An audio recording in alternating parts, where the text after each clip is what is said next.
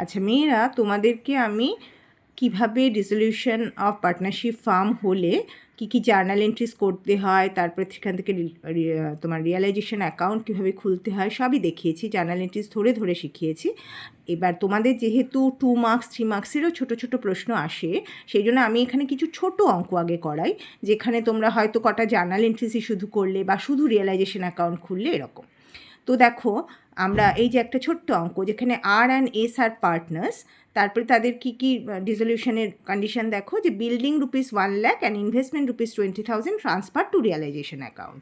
তো আমরা জানি যে যখন অ্যাসেট ট্রান্সফার করা হয় তখন রিয়ালাইজেশন টু অ্যাসেট অ্যাকাউন্ট হয়। আর লোন, এই যে আর্স loan to firm 30,000 to be repaid, আর যখন লোন পেড করা হয় তখন কীভাবে জার্নাল এন্ট্রিজ হয় আমি সেই জার্নালগুলোই শেখাবো। আর এক্স টু কোভার ইনভেস্টমেন্ট 80,000 আর বিল্ডিং সোল্ড ফর 95,000। তো দেখো, প্রথমে আমরা কি জেনেছি যে যখন অ্যাসেট ট্রান্সফার করা হয় রিয়ালাইজেশন অ্যাকাউন্টে, তখন এখানে দুটো যে অ্যাসেট ট্রান্সফার হয়েছে, realisation to building to investment, এই দেখো 1,00,000 আর 20,000, এটা আমরা ফার্স্টে রিয়ালাইজেশন অ্যাকাউন্টে ডেবিট করলাম। তারপরে যখন লোন রিপে করা হয়েছে তখন কি হচ্ছে, আর এর লোনটা রিপে করা হচ্ছে, আর লোনস টু ব্যাঙ্ক অ্যাকাউন্ট, আর লোনস টু ব্যাঙ্ক অ্যাকাউন্ট দেওয়া হলো।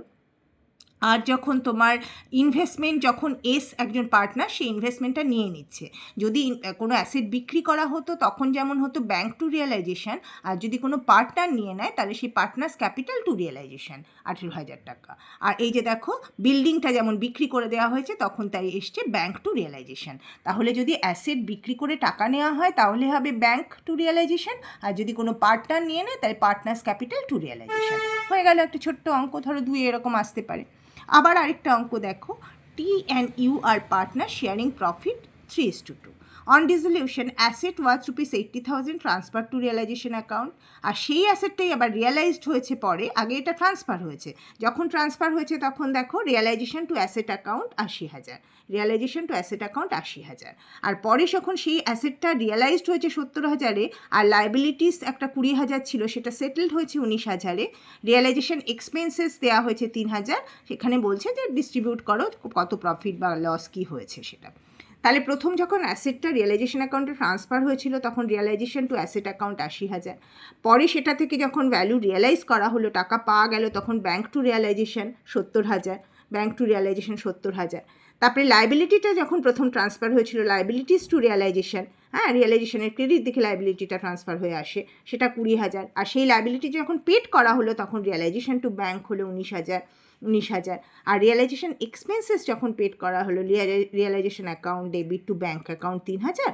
আর তারপরে দেখো এটাতে ব্যালেন্সিং করে লস এসেছে, লস এলে সেটা রিয়ালাইজেশন অ্যাকাউন্টের ক্রেডিট দিকে আসে, তাহলে টিস ক্যাপিটাল আর ইউজ ক্যাপিটাল টু রিয়ালাইজেশন করে 12,000 টাকা লসটা ডিস্ট্রিবিউট করে দেওয়া হলো। কেমন? এইরকম ছোট্ট ছোট্ট জার্নাল এন্ট্রিজ দিয়ে করতে হতে পারে।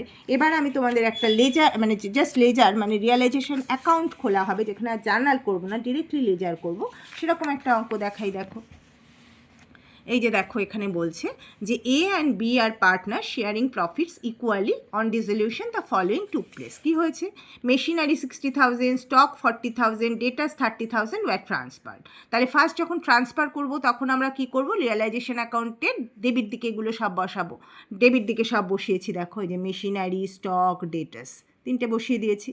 হ্যাঁ, ফর ট্রান্সফারিং অন রিয়ালাইজেশন অ্যাকাউন্টে আমরা কী করি, সবগুলো রিয়ালাইজেশন অ্যাকাউন্ট টু সবকটা অ্যাসেট অ্যাকাউন্ট করলাম।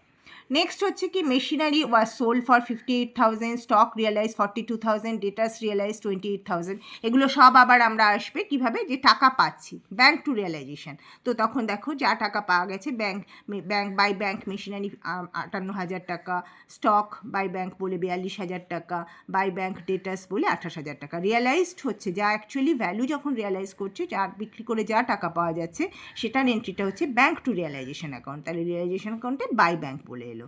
তাহলে প্রথমে যখন অ্যাসেট ট্রান্সফার করা হয় তখন realisation account debit to asset account, আর যখন অ্যাসেটটা রিয়ালাইজ করে, যে টাকাটা আমরা পাই, তখন সেটা হয়ে যায় ব্যাঙ্ক টু রিয়ালাইজেশন অ্যাকাউন্ট, তখন রিয়ালাইজেশন অ্যাকাউন্টের ক্রেডিট দিকে সেটা আসে। নেক্সট হচ্ছে কি, creditors rupees 50,000 were paid in full. এই যে ক্রেডিটার্স তোমার 50,000 টাকা পেড করা হচ্ছে ফুল, সেটা তাহলে কি আসবে?